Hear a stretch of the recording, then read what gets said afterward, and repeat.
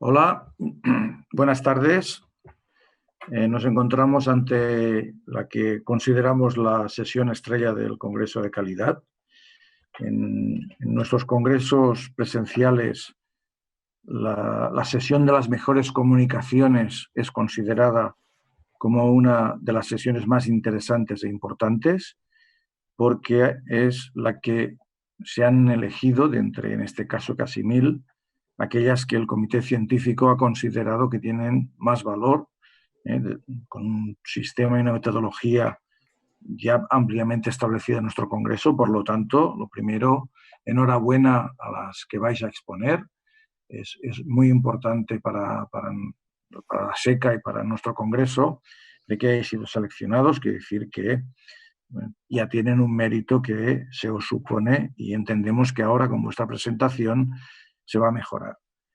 En este caso, las comunicaciones y el tema central es el COVID y por lo tanto hay 3 comunicaciones que se centran en la pandemia, pero también el comité científico ha considerado que había una comunicación que, todo y no siendo COVID, merecía esta distinción y también la vamos a exponer. Ahora vamos a empezar a exponer por cargo de los ponentes, que en este caso las 4 seleccionadas. Una vez finalizada sus presentaciones, mi compañero el moderador Manel Santiñá va a hacer que podáis participar y que podamos preguntar, porque creo que de esto se trata. Y también recordaros que va a haber un momento en el que se os va a dar la posibilidad de poder votar a una de estas 4 comunicaciones para darles también un premio de acuerdo con nuestras líneas que tiene el Congreso. Y así más, voy a pasar a presentar a la primera comunicación, que es desarrollo de la plataforma web de segundas víctimas COVID-19 para profesionales implicados en la atención sanitaria. La presenta Adriana López Pineda, que es investigadora de la Universidad Miguel Hernández. Adelante, Adriana. Gracias, Ángel. Buenas tardes.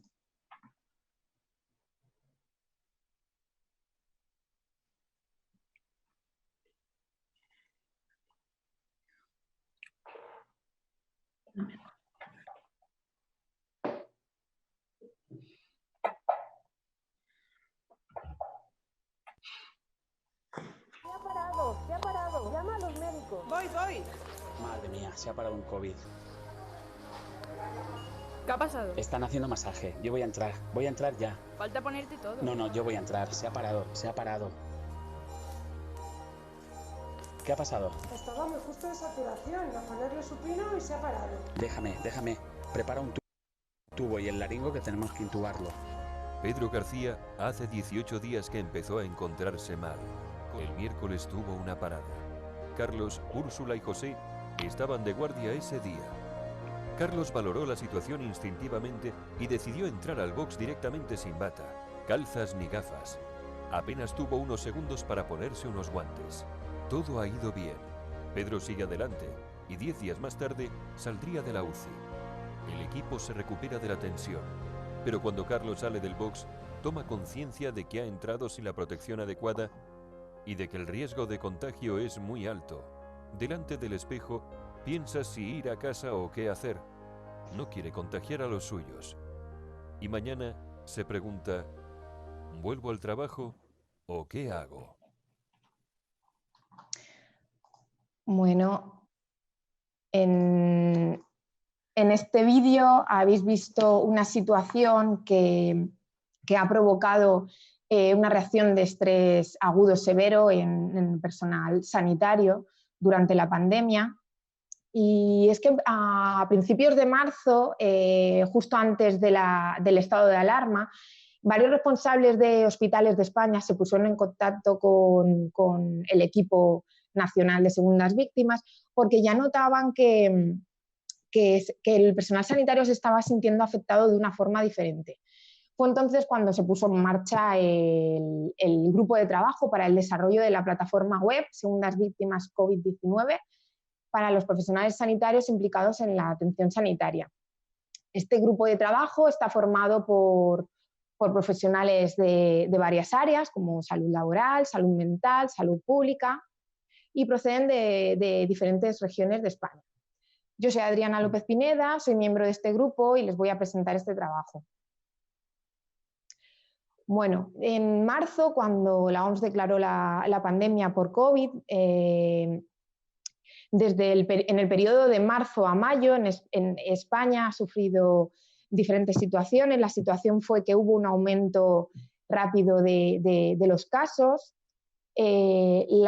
había una alta tasa de letalidad, también hubo una alta tasa de contagios entre los profesionales sanitarios y los hospitales y las UCIs pues, se vieron desbordadas. Bueno, toda esta situación extrema y de estrés provocaron reacciones de estrés agudo severo y sobrecarga emocional entre el personal sanitario en primera línea, el implicado en la atención de estos pacientes. Por lo que el personal sanitario se ha convertido en una segunda víctima del SARS-CoV-2. Todo esto inevitablemente tiene un impacto en la seguridad del paciente y en la calidad de la atención sanitaria. Según el modelo cuádruple meta, el cuidado del paciente requiere el cuidado del profesional. Es imprescindible la satisfacción del profesional, que el profesional se sienta respaldado institucionalmente. Y puesto que ahora mismo, actualmente, no existen programas de asistencia a segundas víctimas en el sistema sanitario, hemos querido contribuir para la protección del profesional a nivel su bienestar emocional, para proteger su bienestar emocional, para la prevención de daños morales. Y de toda esta necesidad surge la idea de hacer esta web y sus contenidos.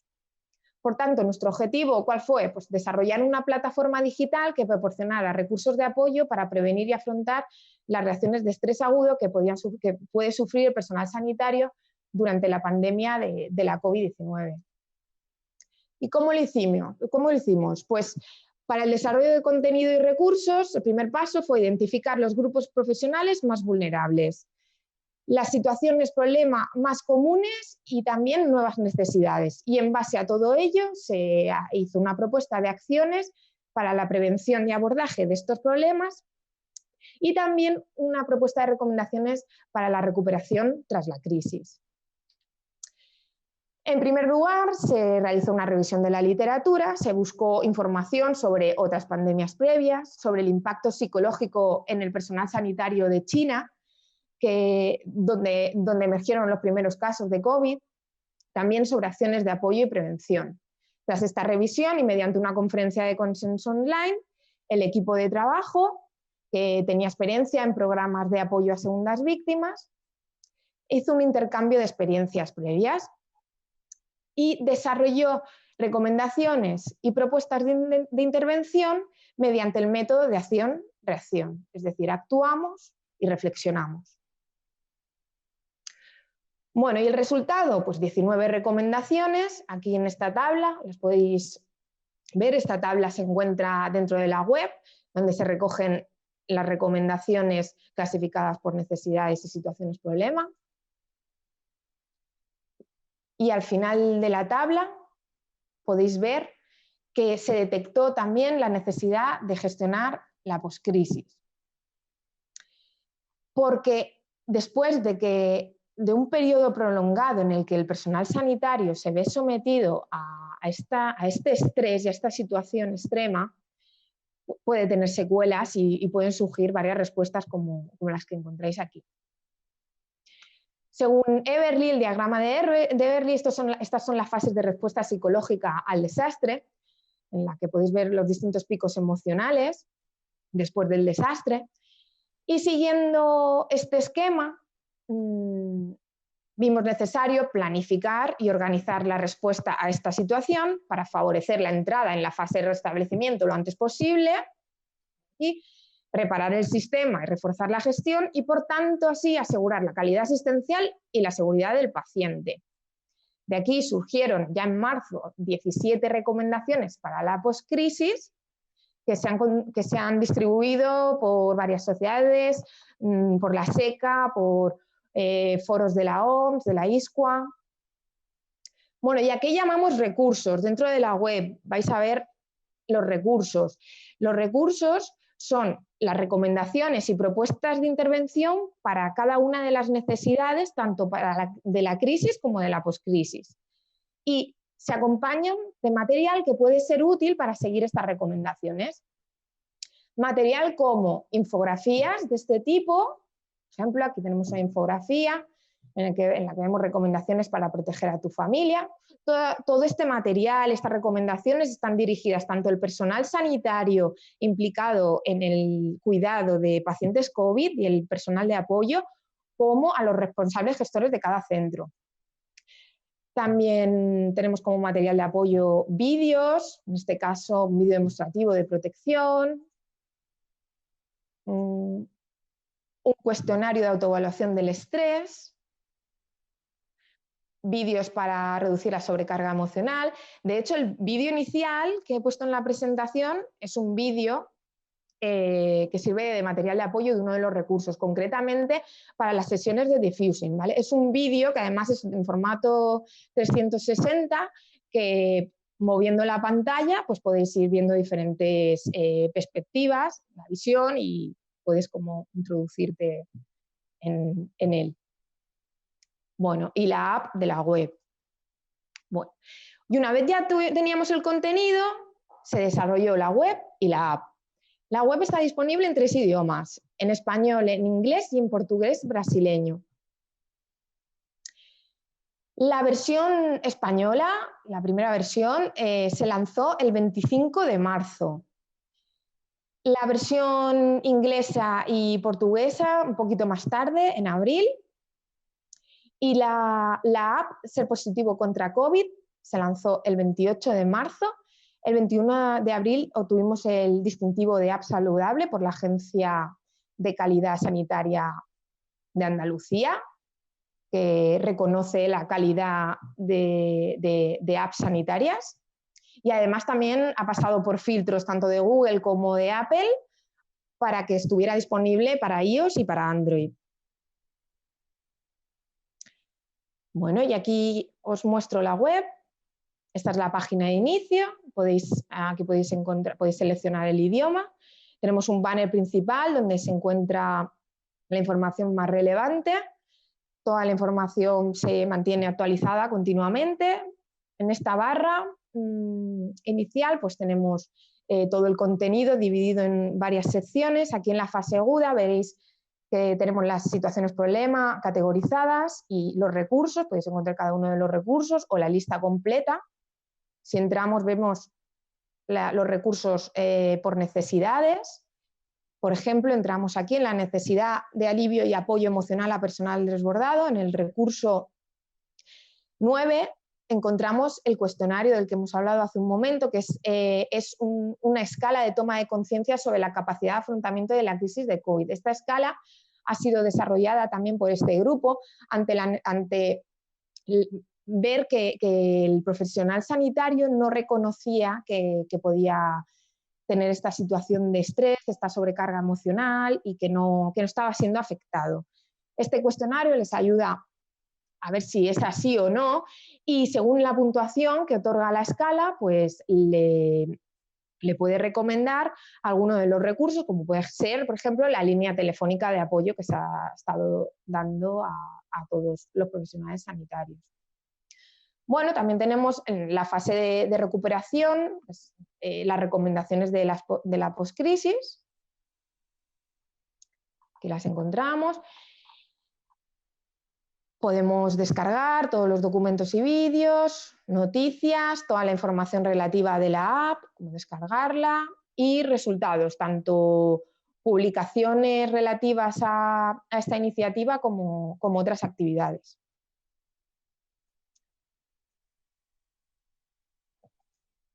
Bueno, y desde que se lanzó la web en marzo, Hemos tenido más de 80.000 visitas. Como podéis ver en este gráfico, el pico de visitas más alto, el pico más alto fue durante el primer periodo de crisis de la pandemia, en abril.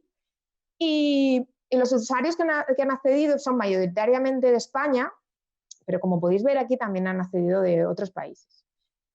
En cuanto a la sección más visitada, ha sido la de recursos, y el recurso más visitado ha sido el cuestionario de autoevaluación. Y ahora nos preguntamos, ¿hemos llegado a tiempo? Bueno, pues aunque hemos querido adelantarnos ya en marzo pensando en las medidas de la poscrisis, pues hemos ido por detrás de la realidad. Y no acabábamos de salir ya de la primera ola cuando no nos ha dado tiempo a tomar estas medidas para evitar la situación que hay ahora mismo de desilusión y hartazgo, ¿vale?, entre el personal sanitario. Bueno, y en cuanto a las medidas, pues puede ser que nos hayamos centrado más en el individuo, nos hayamos enfocado en si el individuo, el profesional sanitario, podía haber disminuido las capacidades por esa situación que estaba pasando, pero no nos hemos centrado tanto en si estaban respaldados institucionalmente, por lo que deberían tomarse medidas sobre la organización y dinámica de equipo también para que podamos seguir avanzando y fomentar autonomía clínica y gestión clínica. También tenemos que tener en cuenta que la situación actual es diferente a cuando se desarrolló esta web, por lo que tenemos que analizar la situación actual y tomar medidas para que no se resienta la calidad asistencial. Y bueno, en este paper de aquí, que se ha publicado recientemente en la revista JMIREM Health and YouHealth, puedes encontrar más información sobre esta iniciativa. Y por último, pues muchas gracias a todo el equipo que ha hecho posible esta iniciativa en momentos además tan complicados, y muchas gracias a ustedes por su atención. Muy bien, gracias Adriana. Ahora tendremos la segunda participante y la segunda comunicación, que es saliendo de la zona de confort en tiempos de pandemia. Lo presenta Laura Rubio, que es de Medicina Preventiva del Hospital Universitario General de Villalba de Madrid. Por lo tanto, adelante, Laura.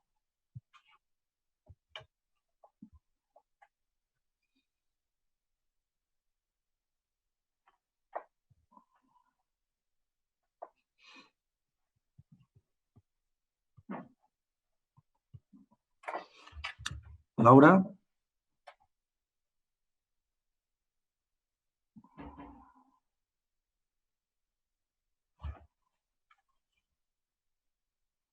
Pon el micro, Laura, pon el micro.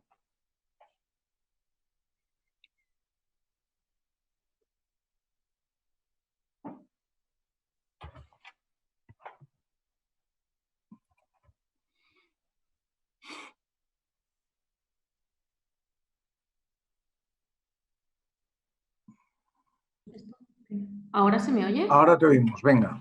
Sí. ¿Y se ve la presentación? ¿Sí? ¿Sí? ¿Se ve? ¿La presentación? Como estaba compartiendo antes la pantalla. A ver, César. César, por favor, que no sé cómo... Hola, sí, no está compartiendo la pantalla todavía. Ya, es que no me salen los iconos para poderla compartir en la parte de abajo. Antes me salían, pero ahora no soy capaz de... Vale, ¿está viendo nuestras cámaras? Sí. Vale. No. Tiene que irse a la aplicación de Zoom para que vea nuestras cámaras. A ver. Me voy a la aplicación. Está como bloqueada. Ay.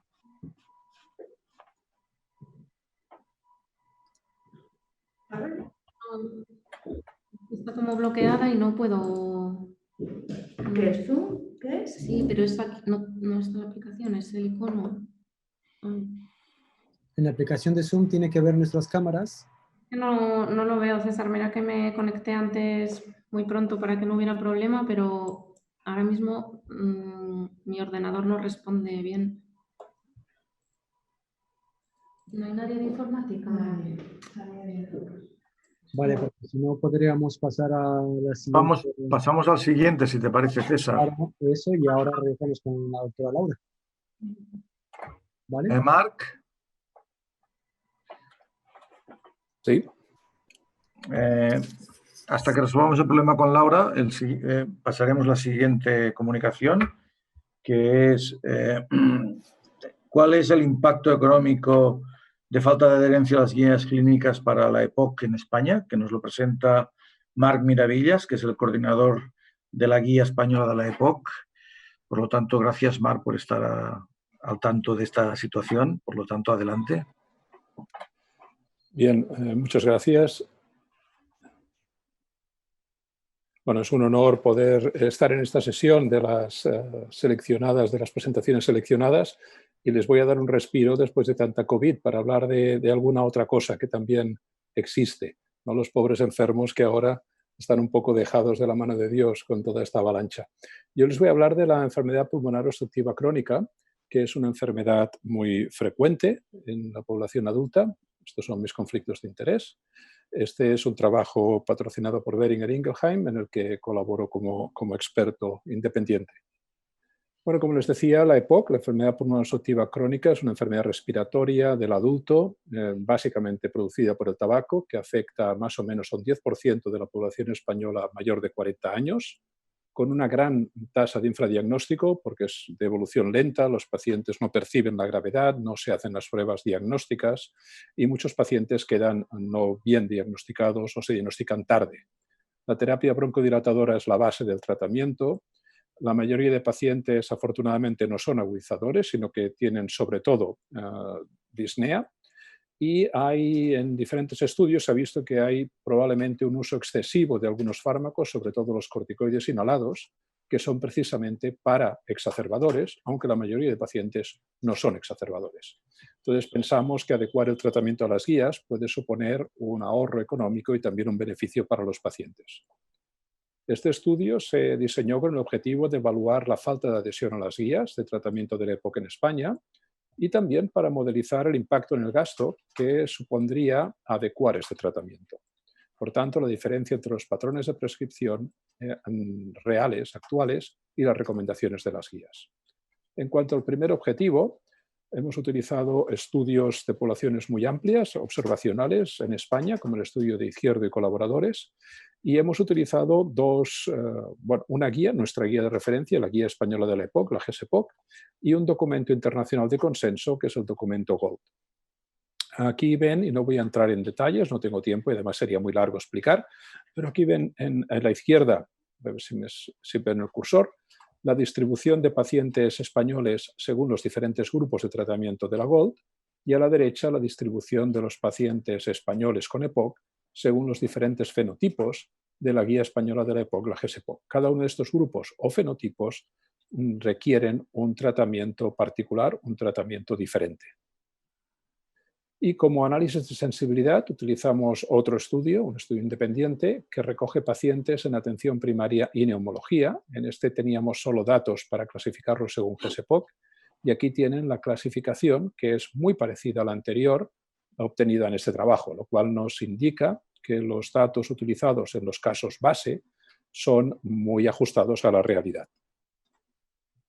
Esto sería la base del trabajo, los resultados fundamentales, y obviamente no voy a entrar en detalles en cada uno, pero sí que quiero remarcar las diferencias en los colores. En blanco tendrían aquellos tratamientos que no hay que cambiar, aquellos que tanto el tratamiento actual como el recomendado son los mismos, sería que los pacientes en vida real están tratados de acuerdo a las guías. Aquí, según el documento GOLD, aquí ven los 4 subgrupos de la GOLD, los que están en naranja serían aquellos que se deberían cambiar, y en verde las alternativas. Estas alternativas serían según la distribución de los factores de los pacientes, que hace que se requiera, según el documento, uno u otro tratamiento. Ven que hay mucho color, quiere decir que hay muchos pacientes que realmente no están tratados según lo que reconocen los documentos de consenso o las guías, y que en muchos casos pues estos tratamientos deberían adecuarse y deberían cambiarse. Si nos vamos a la guía española, a la guía GESEPOC, aquí ven los 4 fenotipos y ven que básicamente para el no agudizador, pues vemos aquí un subgrupo de unos aproximadamente 50% de pacientes que están inadecuadamente tratados y deberían cambiar su tratamiento. Este porcentaje es menor en los pacientes más graves, en los fenotipos más graves, porque básicamente la inadecuación es usualmente por un exceso de tratamiento en los pacientes más leves. Este sería el análisis de sensibilidad utilizando el estudio de Calle-Rubio en neumología y atención primaria, y lo que se ve a grandes rasgos es que la distribución es muy parecida. Ya vimos que la distribución por fenotipos de este estudio era parecida al caso base, por tanto también la adecuación es muy parecida o la inadecuación es muy parecida a lo que veíamos antes. Este sería el resumen de lo que les presentaba antes. Aquí ven que según la estrategia internacional GOLD, había un 37% de pacientes que incumplen las recomendaciones y más de la mitad de las terapias con corticoides inhalados se podrían eliminar o reducir, o diríamos que no son necesarias o no están indicadas.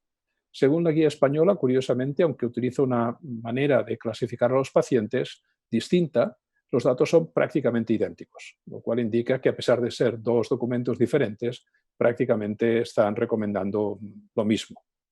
Y en el análisis de sensibilidad que recogía neumología y también atención primaria, también vemos un alto incumplimiento de recomendaciones y una gran capacidad de reducir las terapias con corticoides inhalados. En cuanto al segundo objetivo, queríamos ver cómo se traduce esto en costes. Y para ello tenemos que ver cuál es la población susceptible, cuál es la población que puede ser tratada. Partimos de la población española mayor de 40 años, aproximadamente un 10% tiene EPOC, aproximadamente un 27% están diagnosticados y de los diagnosticados poco menos de la mitad están tratados. Por tanto, nuestra población diana son un poco más de 300.000 personas o pacientes con EPOC diagnosticada y tratada. El caso base sería cambiar todos los tratamientos que no siguen las recomendaciones, adecuar el tratamiento, y en un análisis de sensibilidad vemos qué pasa si solo nos centramos en aquellos fármacos que tienen más riesgo de efectos adversos, que son los corticoides inhalados. Estos serían los resultados globales cuando utilizamos las recomendaciones del documento internacional de la GOLD. Y aquí pueden ver un ahorro global anual para el país de casi unos 15 millones de euros.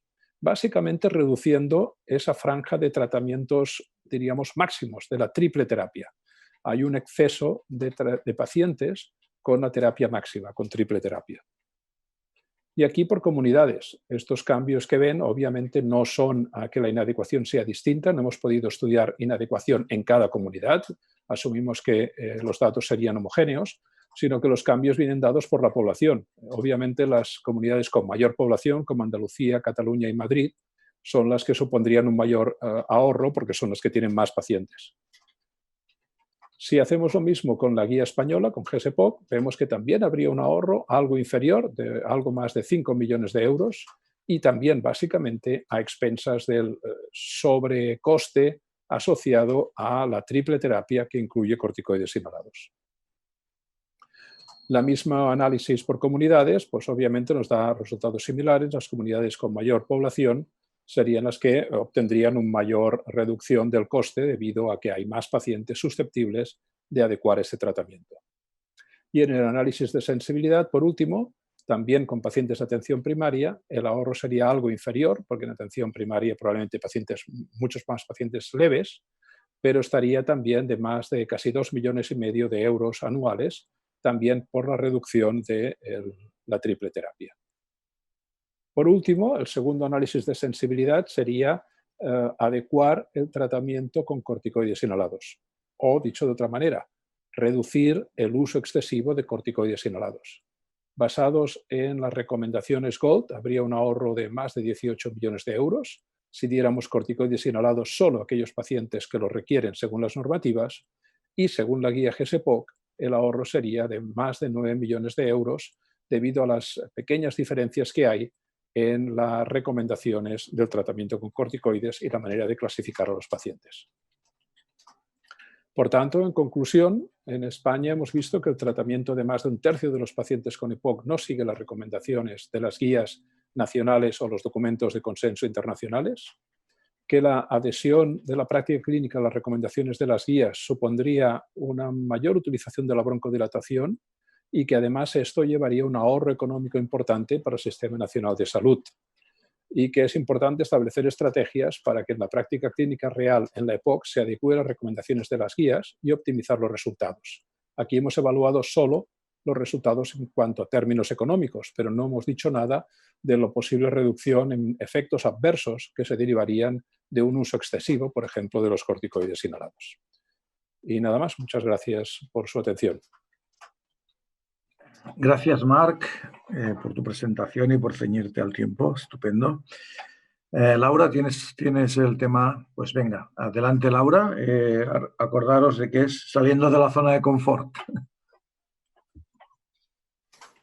Ponte el micro, Laura. Micro. Voy a compartir pantalla.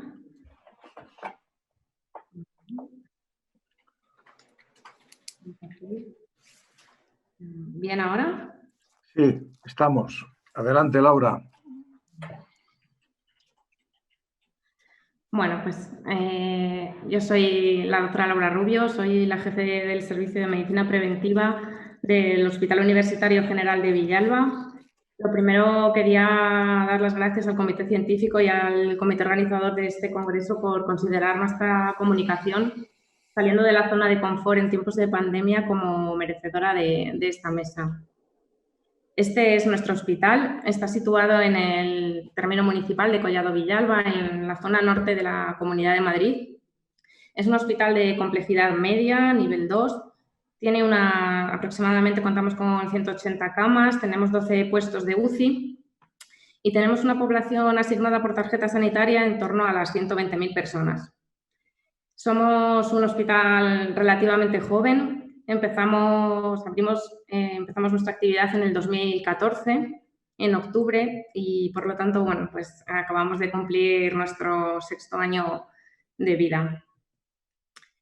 Cuando en el mes de febrero, a finales, empezamos a ver lo que estaba sucediendo muy cerquita ya de nosotros, en nuestras cabezas se empezó a dibujar un panorama oscuro, una situación que iba a suponer muchos cambios en nuestra manera de trabajar.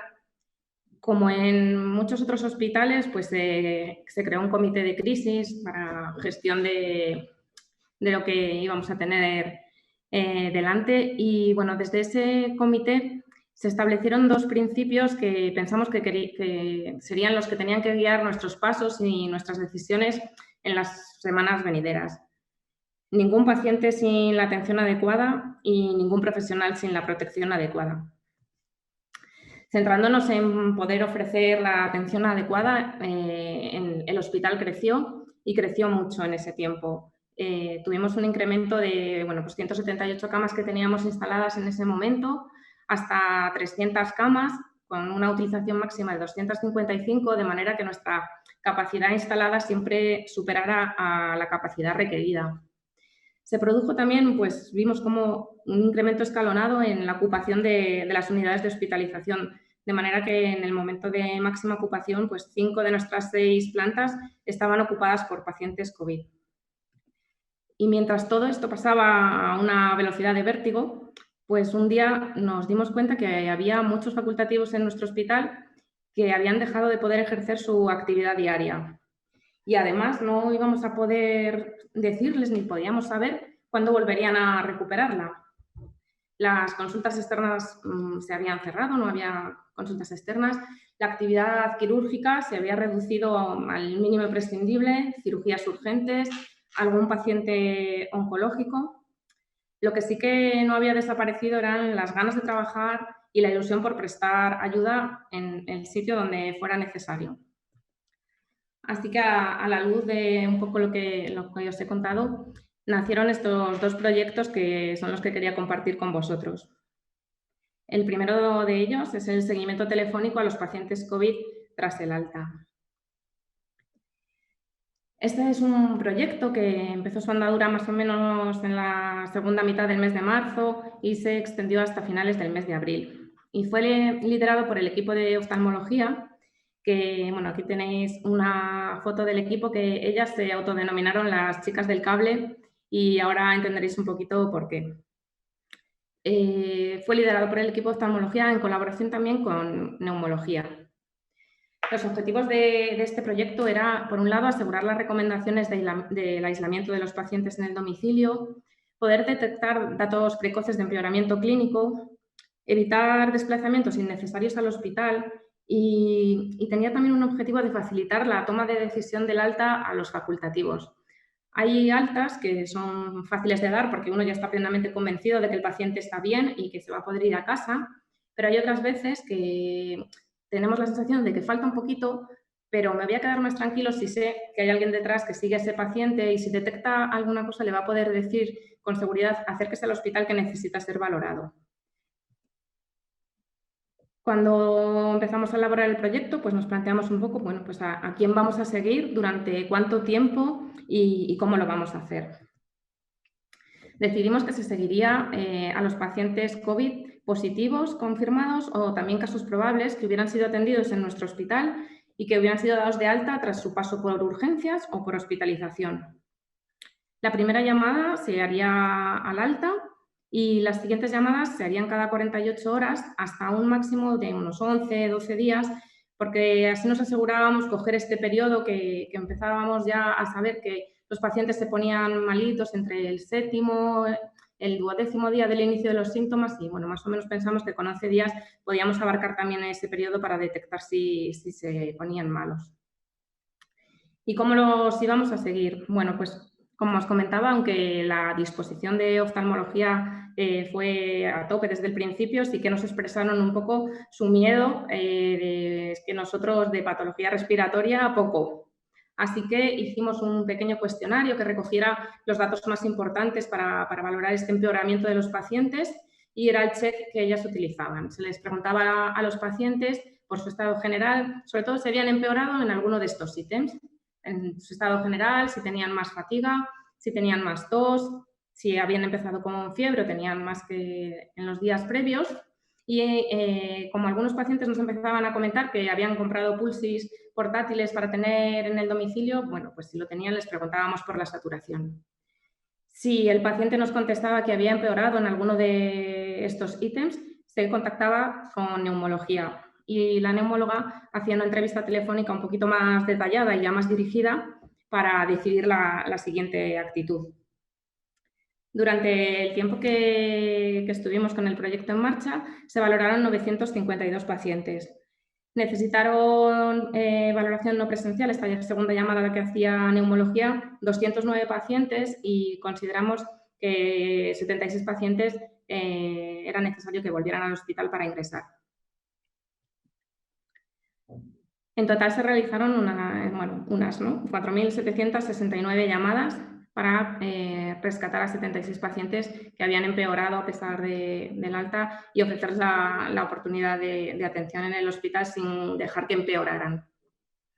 Este proyecto la verdad es que tuvo muy buena acogida tanto por los profesionales como por los pacientes y al inicio de esta segunda ola ya lo hemos puesto en marcha. Lo hemos mejorado un poquito, hemos incluido el formulario asociado a la historia clínica del paciente, de manera que cuando el facultativo da un alta a un paciente COVID y prefiere o ve la necesidad que se va a beneficiar de este seguimiento telefónico, hace un clic en el formulario y se generan las citas de las llamadas telefónicas que actualmente está haciendo el equipo de rehabilitación, que es el que se ha ofrecido porque ha visto disminuida su actividad. La gente, bueno, algunos de los pacientes han dejado de venir al hospital y son ellos los que han tomado el relevo. Cuando hice esta presentación, pues el proyecto ya había empezado, ¿vale? Y se habían realizado unas 222 llamadas. 2 pacientes habían tenido que volver al hospital. El segundo de los proyectos es la atención a pacientes COVID en un hotel medicalizado.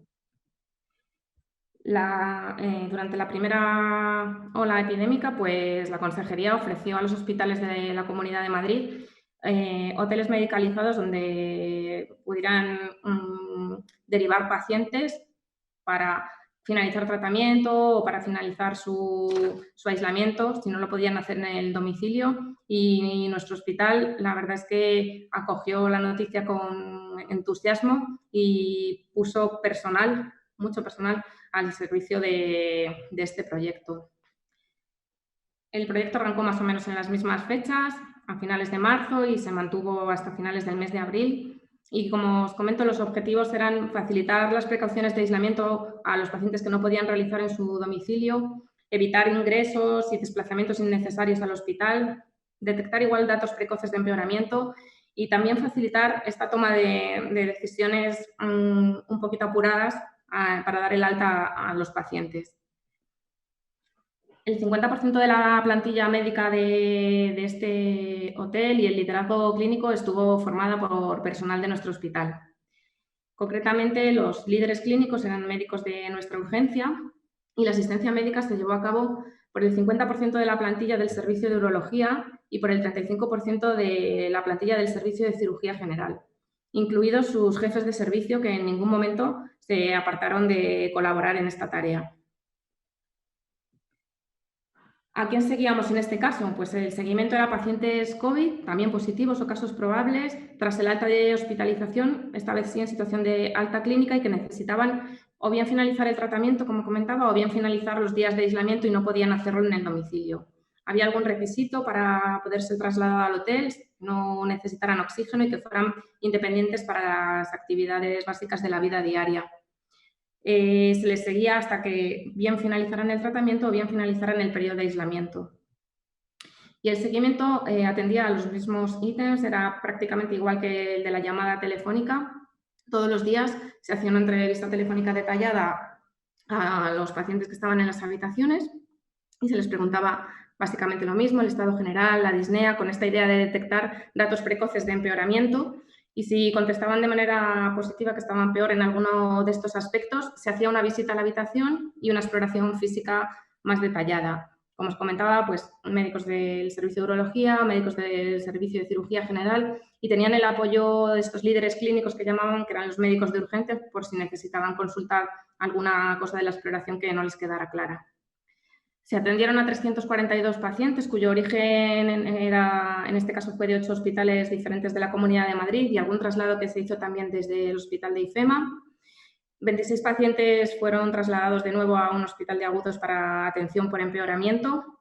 La capacidad del hotel era de 130 pacientes y en algún momento nos vimos apurados y hubo hasta 142 pacientes. ¿Qué hemos aprendido de estos proyectos que pusimos en marcha?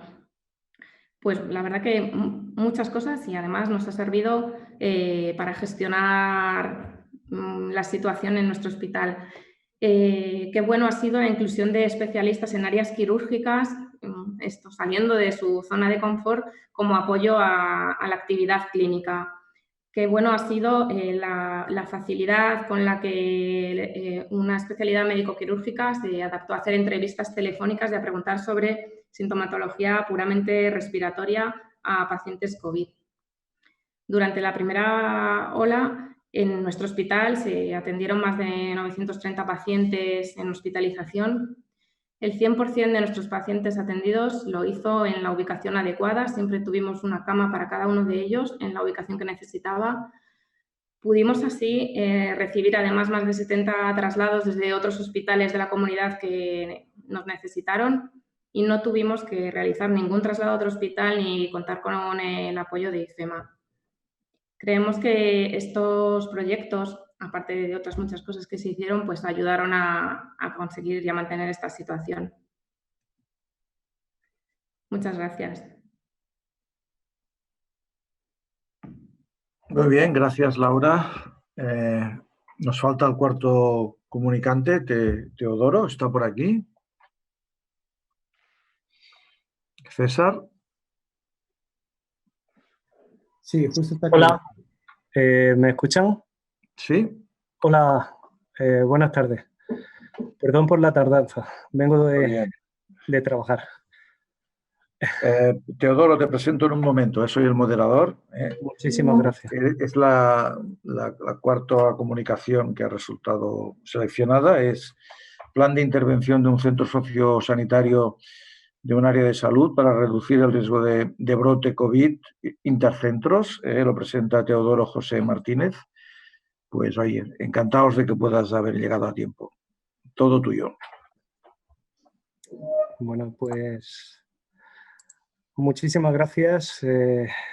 Gracias perdón, lo primero, a los compañeros por haber llegado tarde. Venimos de trabajar precisamente en una residencia y pido perdón especialmente a ellos porque debería haber estado aquí atendiendo a las comunicaciones y me ha sido absolutamente imposible.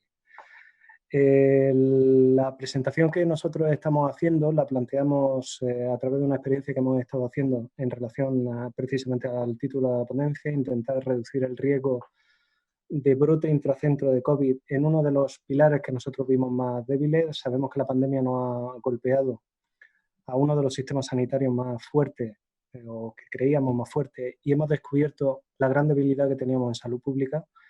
Y a través de cómo ha ido evolucionando la pandemia hemos visto que también teníamos otro punto débil, que es la relación con los centros sociosanitarios, que en la primera ola se tradujo en muerte que queríamos intentar evitar. Vamos a ver. Esta presentación la hicimos el 5 de octubre. Voy a modificarla un poco desde el punto de vista del contenido. Las diapositivas son las mismas, pero quiero acentuar un poco algunas de las cosas que han pasado desde entonces, porque en el 5 de octubre la situación de mi área, cuando yo empecé a hacer esta comunicación, era una, ahora es una completamente diferente. Tenemos un pico tremendamente diferente de incidencia y nuestro plan se ha visto probado de lleno con el impacto de una circulación de virus muchísimo mayor y creo que es más interesante resaltar los aspectos positivos y negativos que hemos tenido. La comunicación la he estructurado un poco con el esquema del FQM que todos conocemos. No he querido pasar al nuevo porque creo que vamos a entender muy bien cuáles son los retos que hemos tenido y sobre todo me voy a centrar en el tema de la estrategia que hemos tenido, en el tema de cómo hemos trabajado, los recursos que hemos usado y qué hemos hecho y qué resultados hemos obtenido. Bueno, nosotros somos un área pequeña, un área de aproximadamente unos 70.000 habitantes, centrada en torno a la asistencia en 6 centros de salud y un área con un comarcal, un hospital comarcal que atiende aproximadamente a 70.000 habitantes. Y su principal característica epidemiológica es que es un área muy envejecida. Tenemos una población muy anciana, probablemente porque aquí la supervivencia, la calidad de vida es muy buena, pero eso nos concentraba muchísimas personas vulnerables cuando empezó la pandemia. Dentro del programa que nosotros nos planteábamos, estas personas mayores vulnerables las teníamos una parte en sus domicilios, bien con su familia y demás, pero nos dimos cuenta de que teníamos una gran concentración de centros residenciales, tanto de personas mayores como personas con discapacidad. Aparte, cuando nos introdujimos dentro del mundo del sociosanitario, nos encontramos muchas otras tipologías y estas tipologías de personas agrupaban de una manera u otra a esas personas vulnerables. En total teníamos unos 330 usuarios metidos en instituciones residenciales y unos 300 personas, entre 300 y 500, que de una manera u otra participaban en centros de día de distintas tipologías. La pandemia inicialmente en la región de Murcia nos respetó mucho. Como se ve en la diapositiva, nosotros teníamos bastante suave el COVID en Murcia y eso nos hizo que conforme íbamos viendo que en otras comunidades autónomas afectaba de una manera terrible a las residencias y la mitad de la mortalidad del COVID se fue concentrando en centros residenciales, nosotros nos dimos cuenta que podíamos hacer algo y que la pandemia nos estaba dejando porque no estaba teniendo una incidencia muy importante y decidimos hacer un plan específico para la residencia.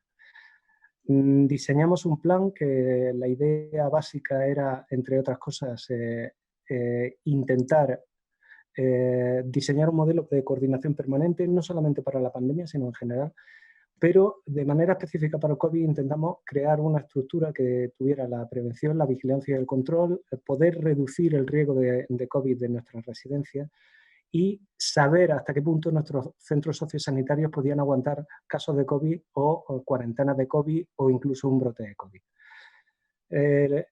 Lo que nos encontramos es una cosa muy similar a lo que tenemos en otras áreas. Nosotros tenemos un sistema sanitario que es al que estamos acostumbrados, con una estructura de salud pública donde hay una relación más o menos fluida en un determinado momento, y teníamos una gran burbuja, que es la burbuja sociosanitaria, que está separada tanto orgánica como funcionalmente, y a la cual simplemente atendíamos de manera reactiva cuando teníamos algún caso de salud.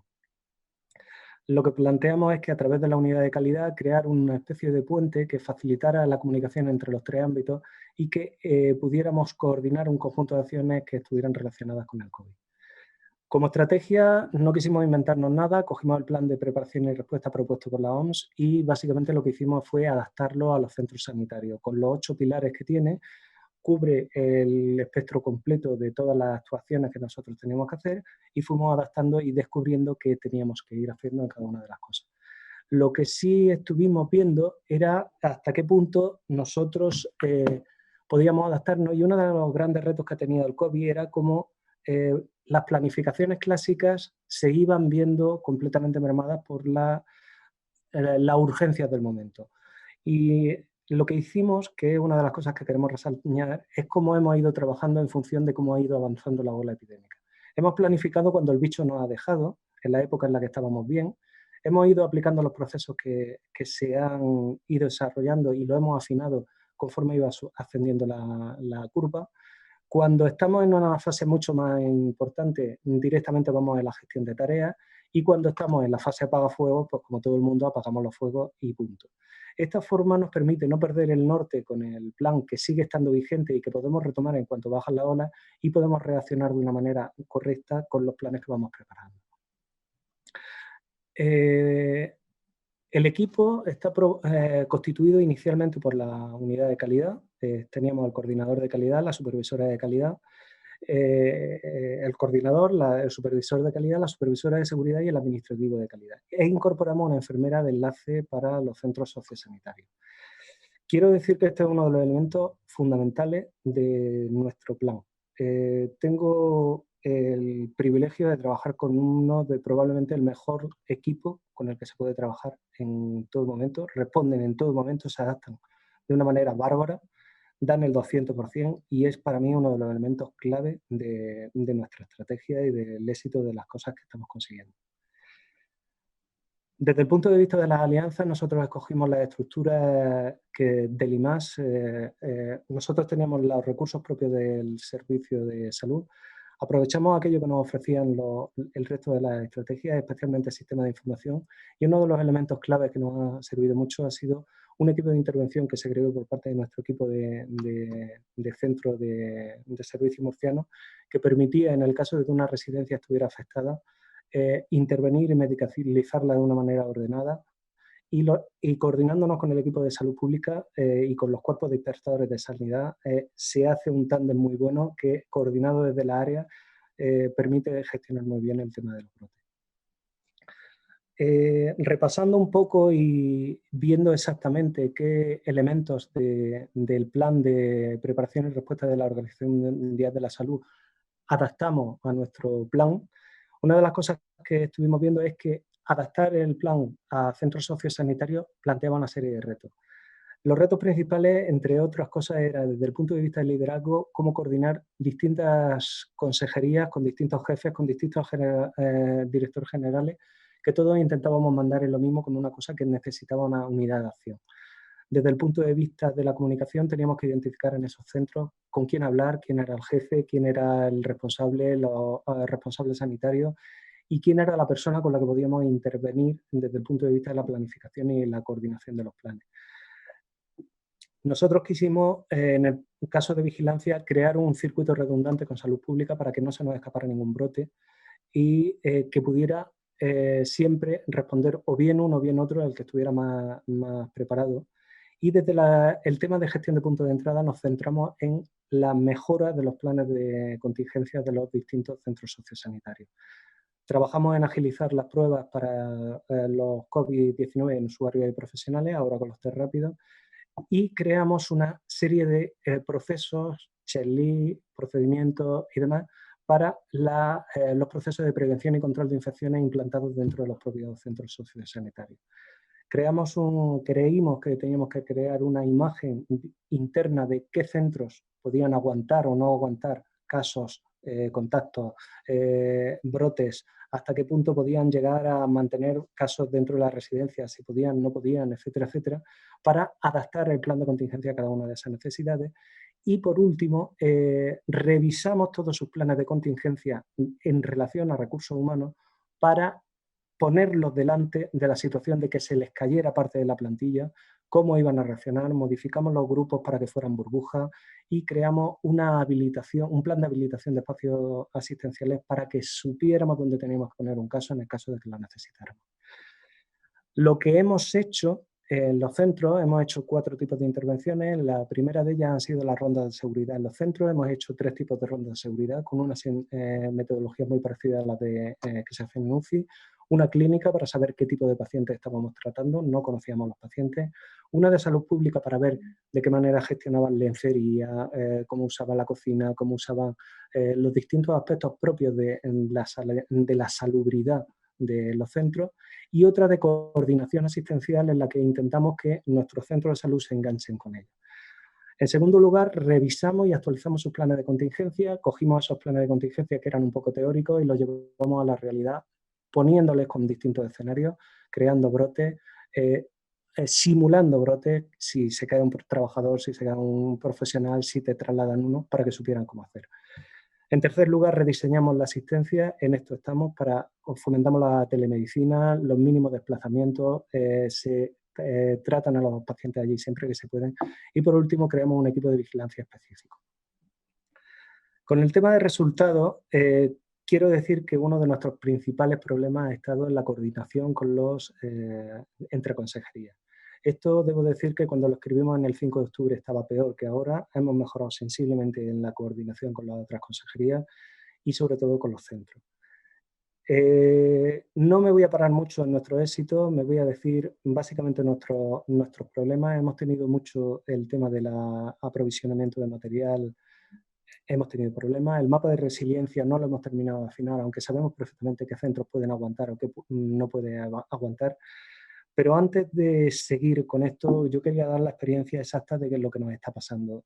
Cuando hicimos esto era un diseño y desde el 5 de octubre hasta aquí el diseño se ha convertido en una práctica. Esa práctica nos ha permitido gestionar 5 brotes de distinta intensidad y sabemos exactamente hasta qué punto este plan nos ha servido o no. Venimos ahora mismo de un brote sociosanitario especialmente grave, donde el bicho ha entrado dentro de la residencia, donde tenemos los casos dentro de la residencia. Si yo tuviera que decir exactamente qué sensación tengo del plan, tengo la sensación de que sin este plan no seríamos capaces de controlar lo que estamos controlando ahora mismo. Nosotros vamos al centro, cuando vamos al centro sabemos exactamente, conocemos hasta el color de los ojos de los auxiliares y de los enfermeros. Sabemos exactamente dónde vamos a meter las cosas y sabemos cómo actuar. Pero lo que es más importante, los centros saben cómo tienen que actuar.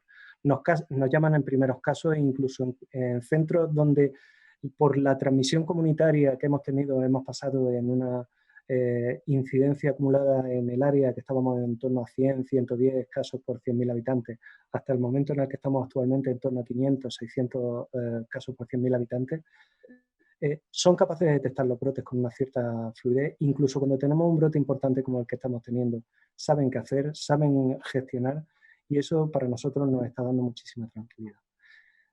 Si quiere, como conclusiones, aparte de no cambiaríamos esto por nada, el bicho entre las residencias, sabíamos que no era una cosa que pudiéramos evitar, pero sí sabíamos que podíamos mejorar muchísimo la capacidad de respuesta. De los 5 brotes que llevamos, 4 se han contenido muy bien y se han contenido a las puertas del propio centro.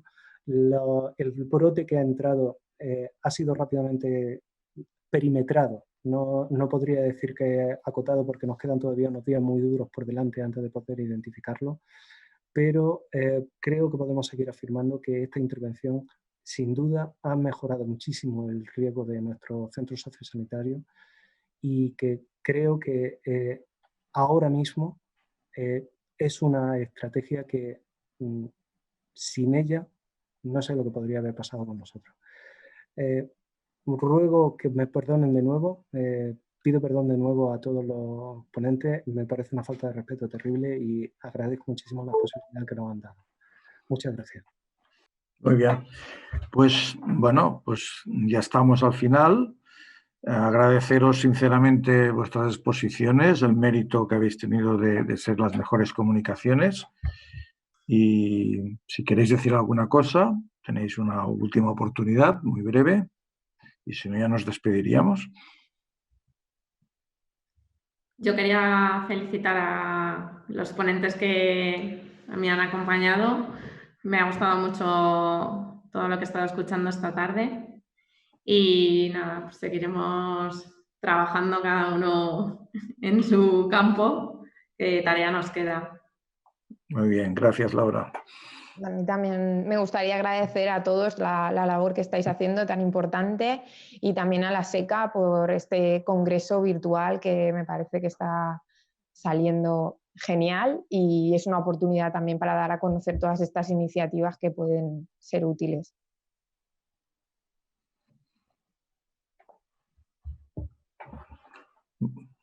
Yo no sé si se me oye, quería volver a pedir perdón. Gracias. Prometo que voy a ver las comunicaciones en diferido porque no quiero perdérmelas.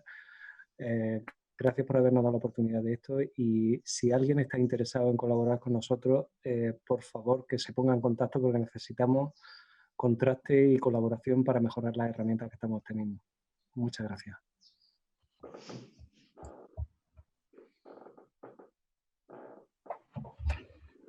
Marc.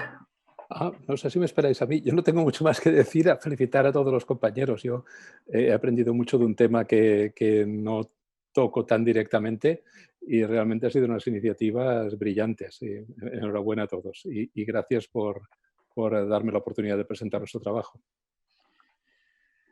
Estupendo. Pues aquí acabamos y si esperáis un poco veréis los resultados de la comunicación ganadora.